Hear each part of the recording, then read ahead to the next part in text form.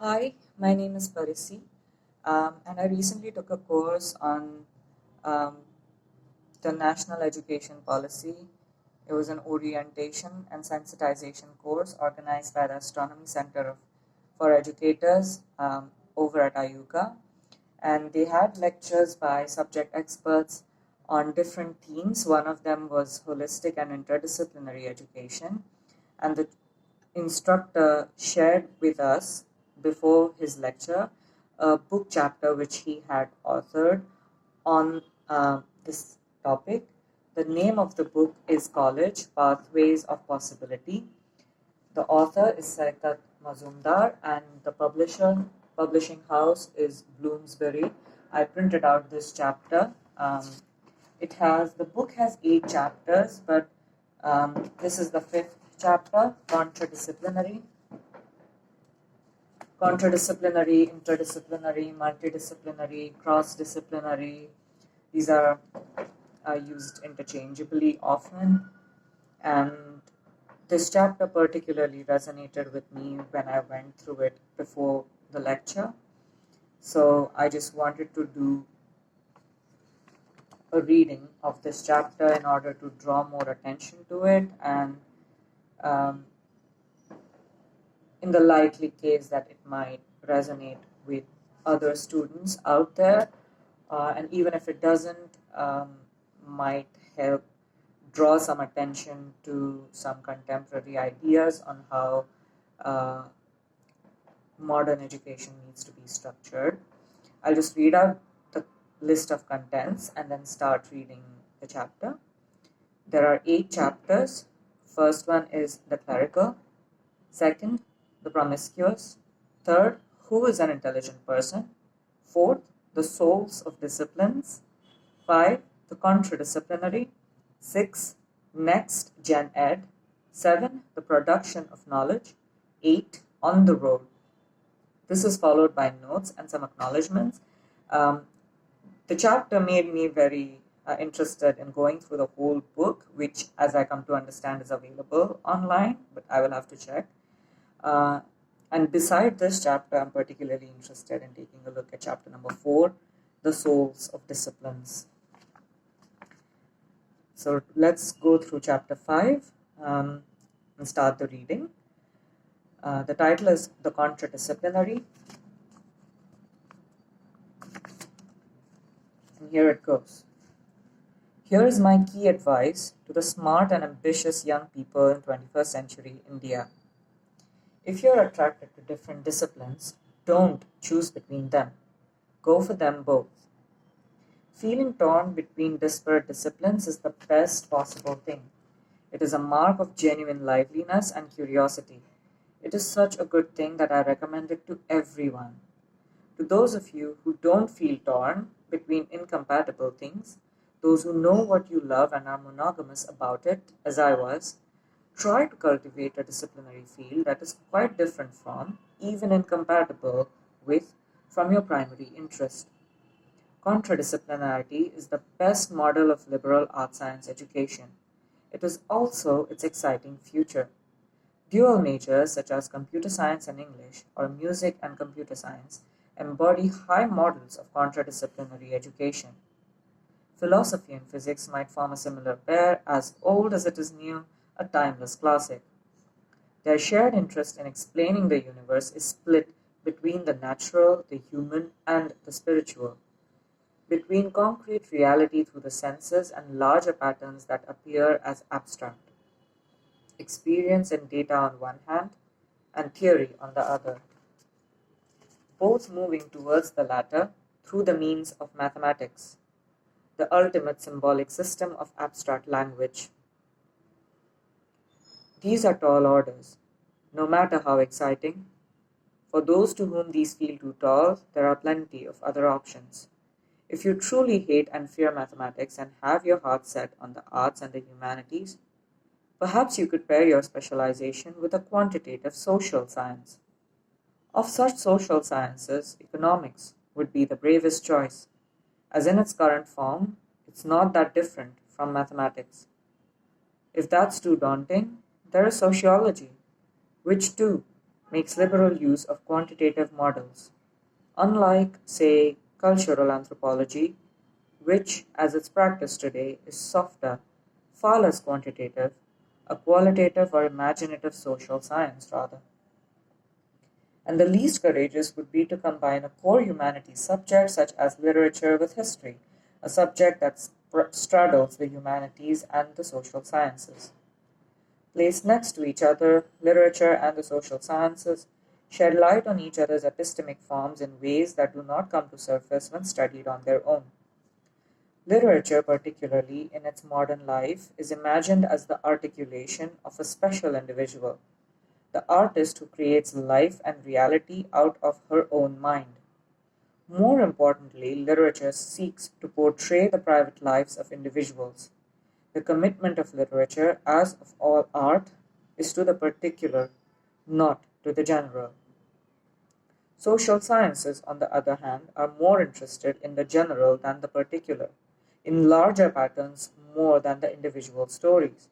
If they are interested in the particular or the private, it is usually as a means to understanding general or larger patterns in society.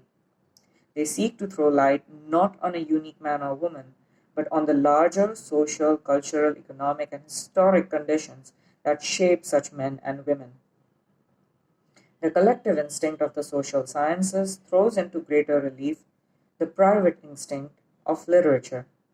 For the student of literature, it is the invaluable reminder that even the most private of lives exist on a canvas of larger social reality, that things that we imagine as pure personal idiosyncrasy are in fact a strange chemical compound of the personal, the familial, the cultural, and the material in mind-boggling ways that the various elements can never be separated out or sifted out.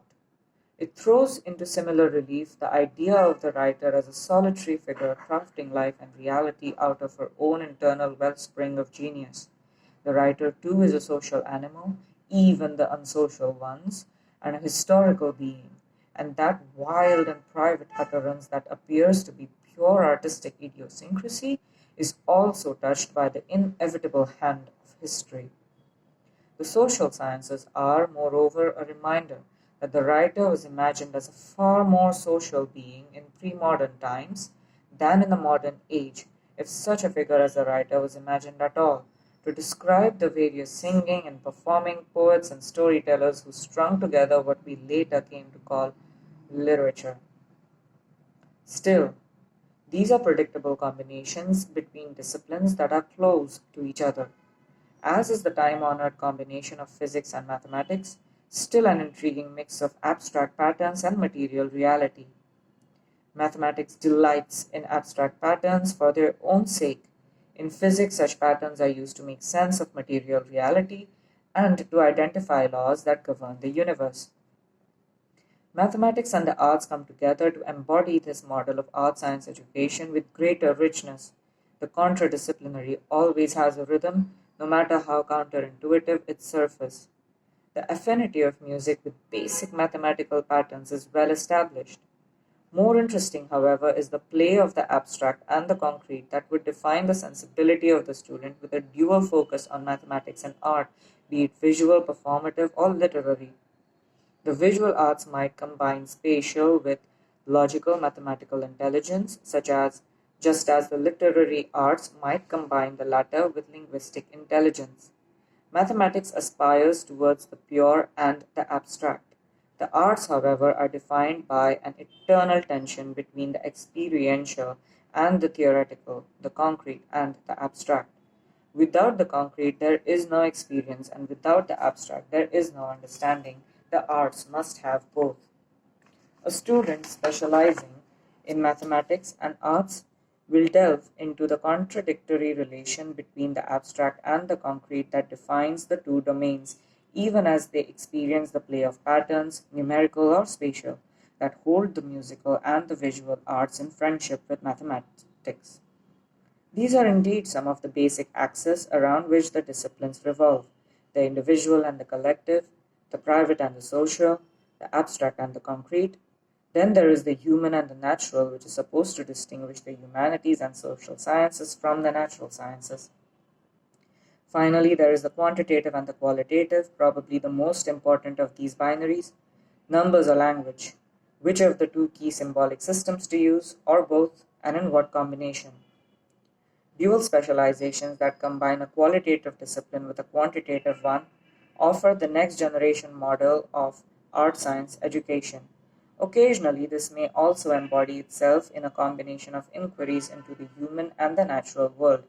The possibilities are endless: history and biology, chemistry and anthropology, literature and mathematics, statistics and history, over and above the usual suspects, physics and philosophy, music and mathematics, and newly established programs such as dual majors in computer science and English, and music and computer science. They can be tailored in whatever combination works best for the student and the institution, in whatever form allowed by the curriculum and the student's will and capacity. The most ambitious student will go for the double major in disparate disciplines. Others may choose to major in their field of passion and minor in something far apart, or at the very least a major and a cluster of courses in the other, enough to form a subspecialization. At the heart of the double specialization in disparate disciplines is the critical need to disrupt the provincialism of single discipline thinking. Indeed, there is some need to disrupt disciplinary thinking itself, to de emphasize discipline to an extent in order to prioritize the education.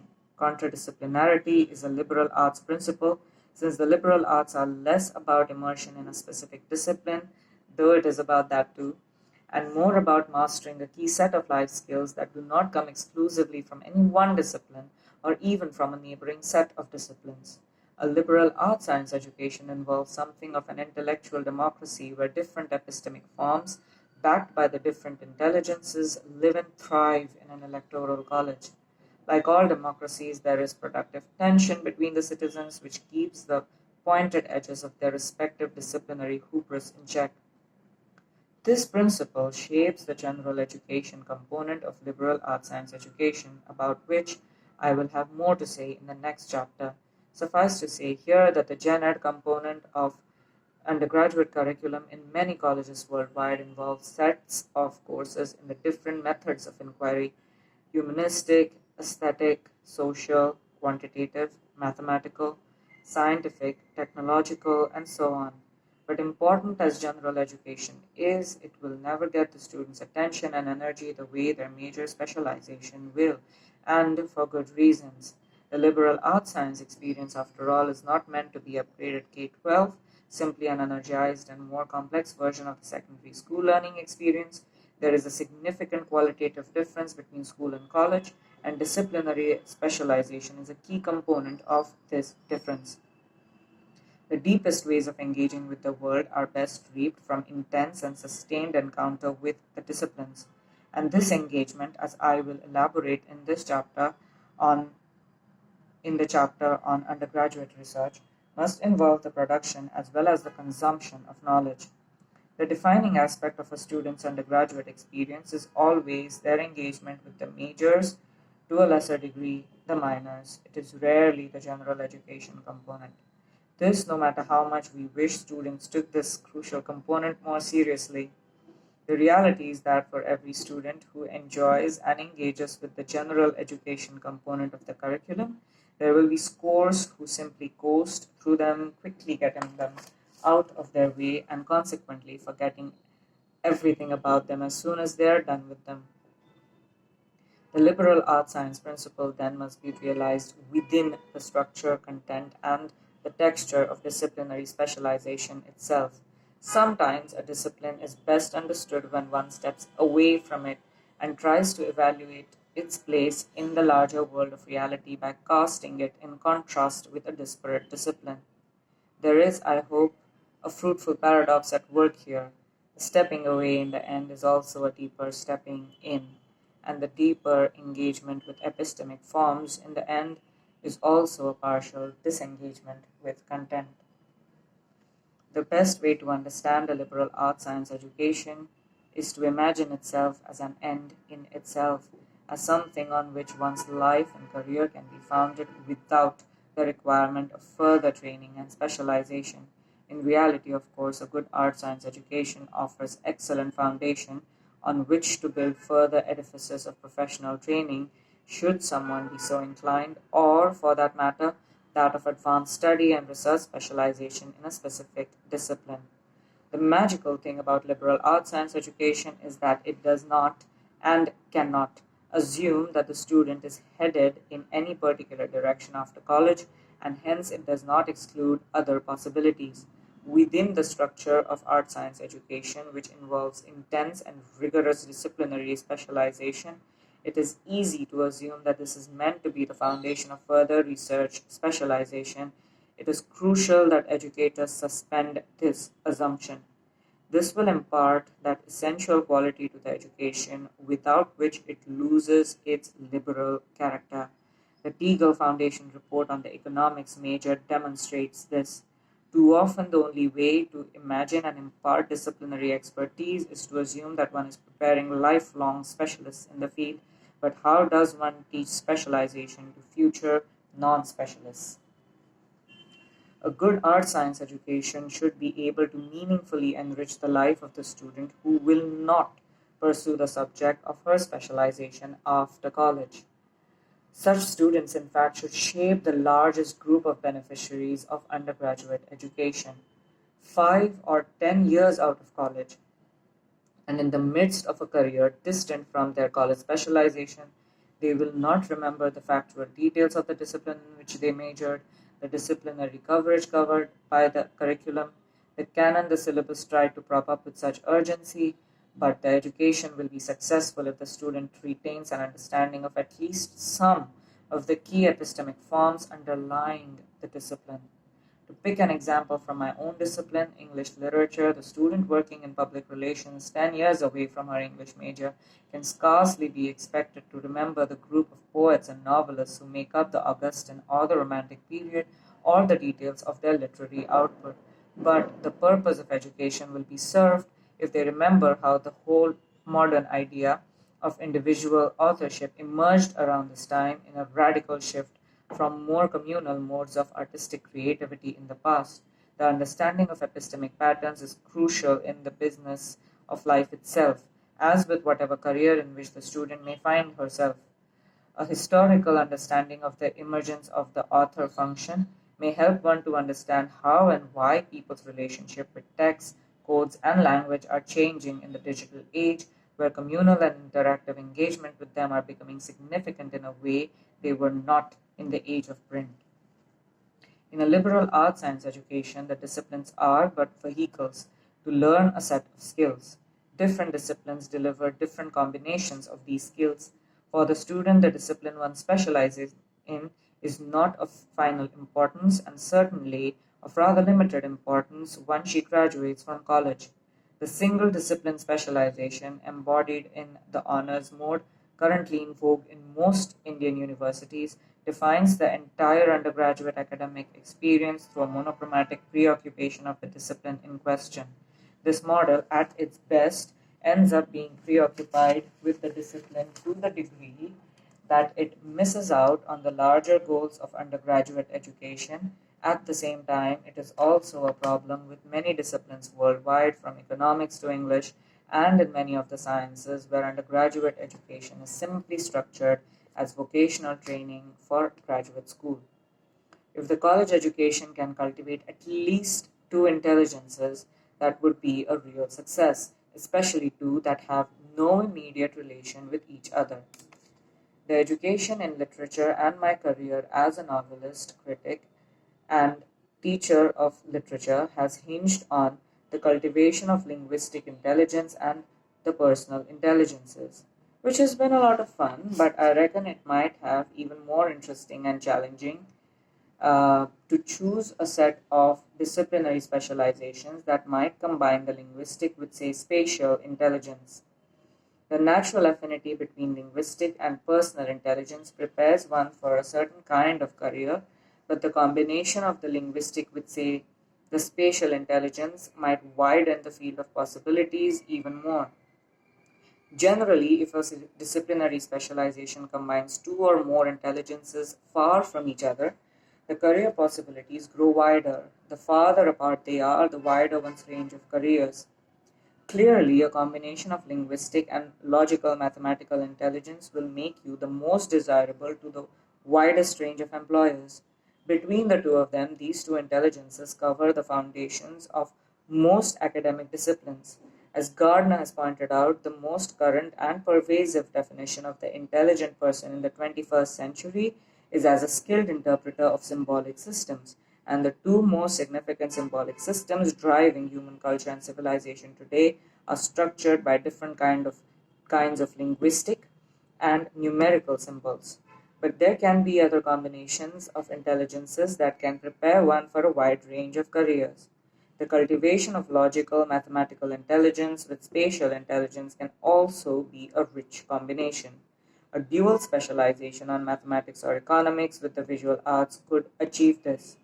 Given their mutual relationship, a combination of musical and mathematical intelligence will be disruptive and integrative at the same time as articulated in a dual major such as music and computer science.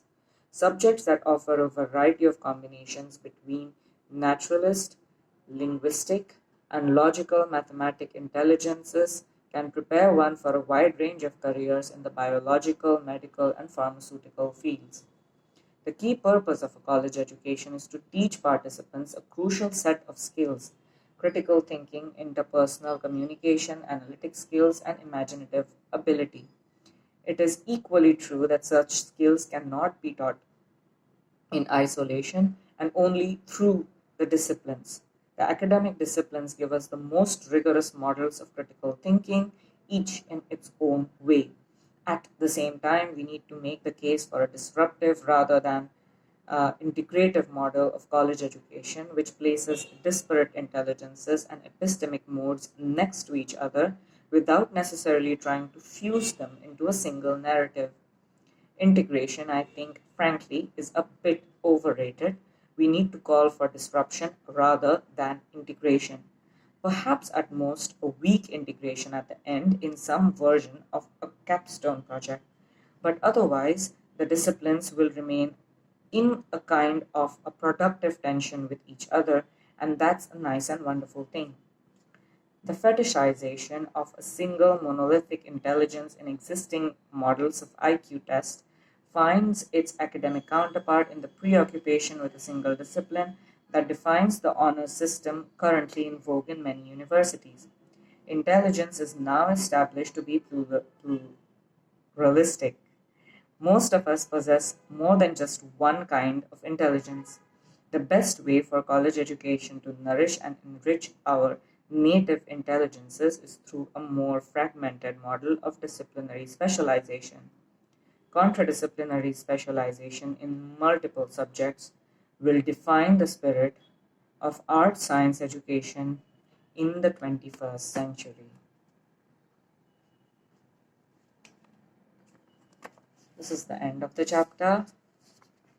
I hope there were parts in here which were good takeaway points for you too.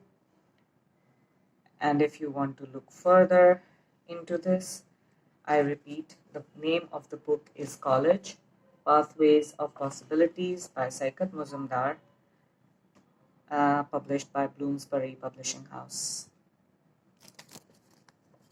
Any last questions?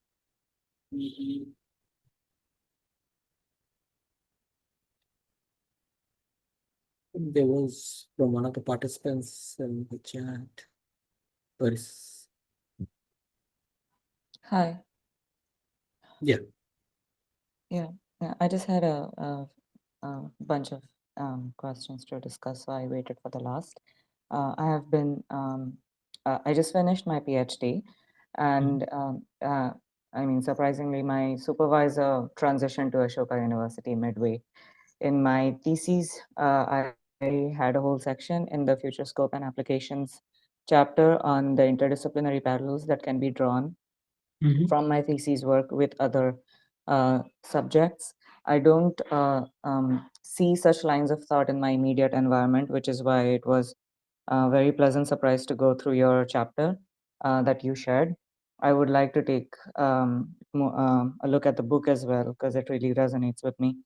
I have been trying to emphasize some of these parts, especially the part where you mentioned about putting the philosophy back in the PhD, through some of my own talks that I've been giving after my PhD, and discussing this with professors across Q&A sessions. And instead of going down the normal, I-shaped route to postdoctoral research in a specialized institute, I tried to take a step back and come back to my college where there are other departments available and discuss some of these parts, drawing from my thesis work, and taking that up with some of the faculty members whom I had interacted with in other subjects that I had studied in my bachelor's and postgraduate degrees, and discussing these parts with them. Especially, I'm from a physics and astrophysics background, but I'm discussing some of these aspects with professors from the stats department, the English department, and also the computer science department. So I took up instead of progressing to a direct postdoc, I took up a temporary assistant professorship, like you mentioned, having advanced students coming back and teaching some of the younger ones. So I resonate with that as well. And on the sidelines, I've been discussing this in a contra-disciplinary way with professors, to an extent that I've drawn so many themes that one of the English professors actually recommended that I formalize this in the form of a PG diploma in the English department, say. So those are some of the lines that I've been pursuing myself for quite a few months. And I was, to my pleasant surprise, you took exactly these points up in this lecture. So I'm very grateful for that. The least your chapter did is provide me a sanity confirmation, because I am typically the student who always takes a lot of time to decide which specialization I want to pursue, because I feel interested in so many of them, and it's very hard for me to take them all up at once. So I had some minor questions here and there. One is, when I came back to college, they had implemented this NEP thing. And in that, although most of it tries to make it very holistic and inclusive, one of the provisions I saw required students to choose their subject of specialization, the one in which they would be majoring in. So you have a lot of breadth, but the final subject that they would like to eventually major in had to be declared at the time of admission into the UG program itself. Whereas when I was pursuing my UG, we could, if I could decide my third year subject after my second year was complete. So I just thought it might be slightly pressing on students, and it might also, they may end up taking biased decisions based on whatever exposure they may have had before, whereas we were in a better position because the professors could impress upon us what their subjects would look like, rather than making biased decisions. And secondly, one of your sentences in your chapter emphasizes that a contra-disciplinary background may make you most desirable to the widest range of employers. Now, the widest range of employers part, I agree with. In fact, it used to be an unpopular opinion, and nowadays there is a growing stream of opinion saying that in the long term, for your career, a generalist might be better than a specialist. Howsoever, in my immediate vicinity, I question the most desirable part, simply because I'm seeing a certain trend among liberally educated students resigning because their employers expect them to be hitting the ground running like specialized students, and they may be seen as making less progress in the short term.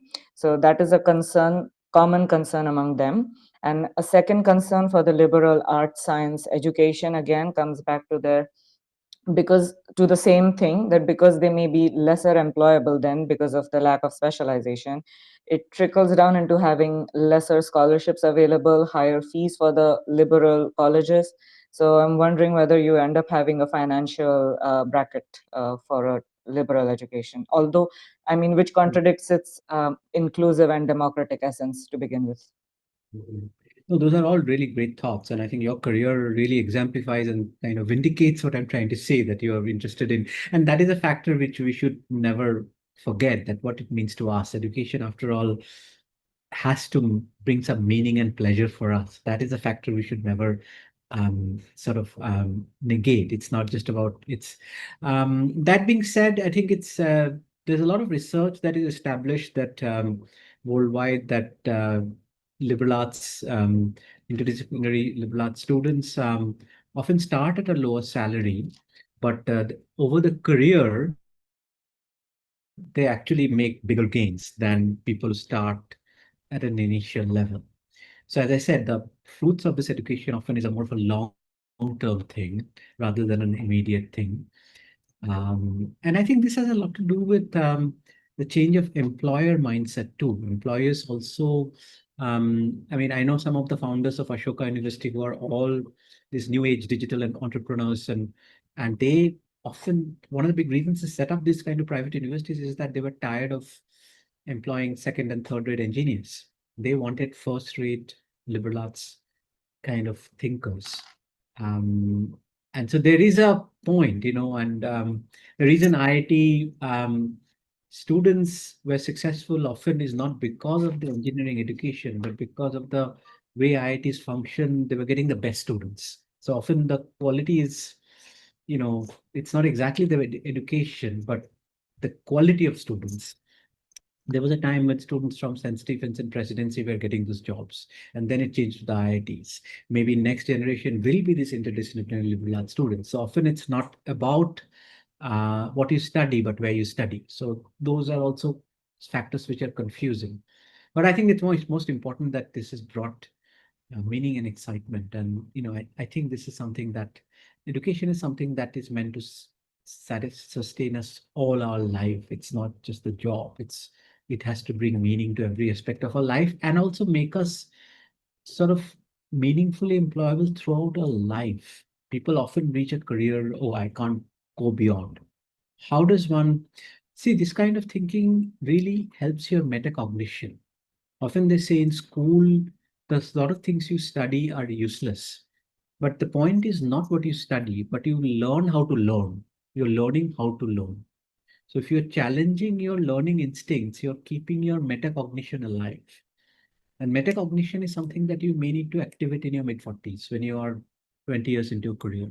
I think the education system we have does not charge our metacognition. Oh, you just, okay, fine, you're done, and then you go on. But you need to keep learning. You need to keep reinventing. Otherwise, it's a very different world that we're entering now. Is in private, I'm getting these two questions, and they are really burning questions by Dr. Parisya, and she's asking me, I'm sorry, he or she's asking me that I should really address those questions. So, because the microphone is off. Okay. Okay, she's writing something in German. I will not respond to you in German here. Okay, and her question is that she's saying that there are different sects of, I don't know whether you're able to see this private chat. No. Different sect of Marwari spoken different dialects of language. Yes, I do know that, and I acknowledge that. And yes, as a researcher, we have to be sensitive, and we have taken into account.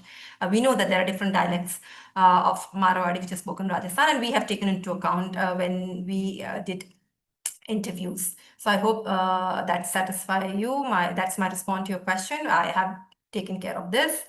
And your other question is.